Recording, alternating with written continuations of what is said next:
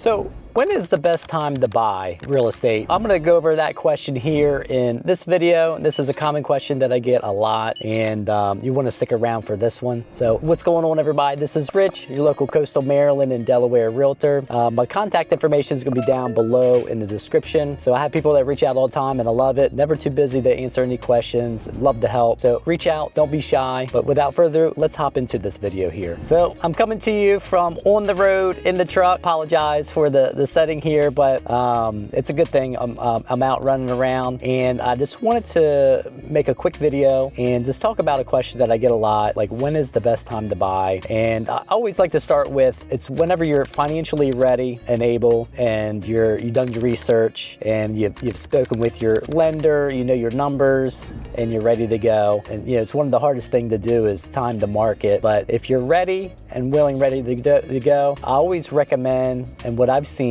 is the winter months, like November, especially coming into the holidays, December, January and February. But usually when the first of the year hits, things start to build up and activity starts to build up a bit more. That's what I've noticed, particularly in coastal Maryland and Delaware. But my number one reason is buyer activity does pull back during the winter months and particularly holidays, because hey, we all get busy and we have places to go, travel, family to see. Of course, a lot of people are spending money on maybe gifts or traveling and whatnot. So, but if I'm going to show up here on the graph, the home buying demand index from our MLS, and you're going to see a nice sloping graph going down, which showing that buyer activity is going down right in that, especially in that November, December months that I mentioned. So it's less competition, which is a good thing, and that's my reason number one there. Less competition, so you can worry a little bit less about multiple offer scenarios. Although I know things in this area are still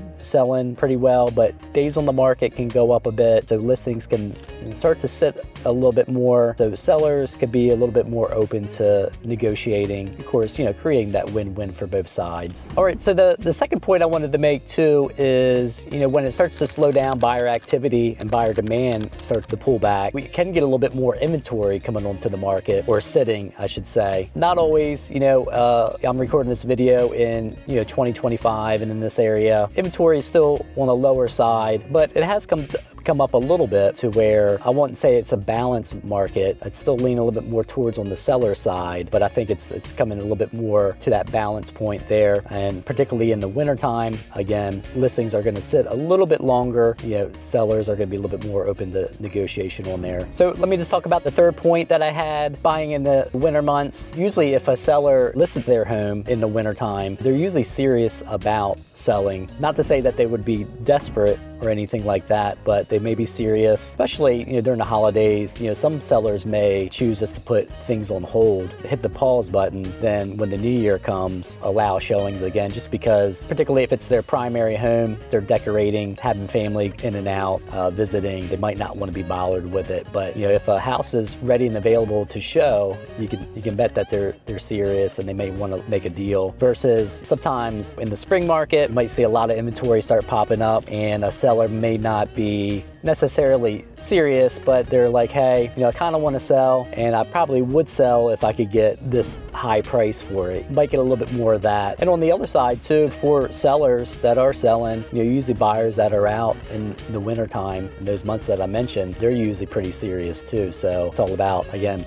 creating that win-win and finding the medium and going from there. So just a quick story, a real life example. My market here, probably 99% of the people that I help are purchasing a second home or a vacation property, maybe going to do some rentals, a short-term rental investment type of home. I had a client, we were looking earlier in the year. This was a direct oceanfront condo, which they usually go pretty quick, but this one was actually sitting on the market for, I believe it was maybe a month and a half, 2 months. And I think they started a little higher on the price, but we came in and negotiated really good price for the buyer, because normally these units are selling for, right around the $400,000 mark for a 1-bedroom direct oceanfront. We were able to get this particular condo for $365, and the condo was in good shape. Wasn't perfect, but a few little minor like cosmetic things, maybe some different furniture, some paint schemes. I think it had some wallpaper on there, but it had a lot of potential. And of course, the biggest thing was the building was nice and solid, good reserves, good association, and of course the location, the direct waterfront, which always rents very well, you know, year round. So fantastic price for the buyer. He was very happy, and the seller obviously was happy to make a deal because they wanted to sell, and that's how that one went. Now, not all scenarios may be like that because every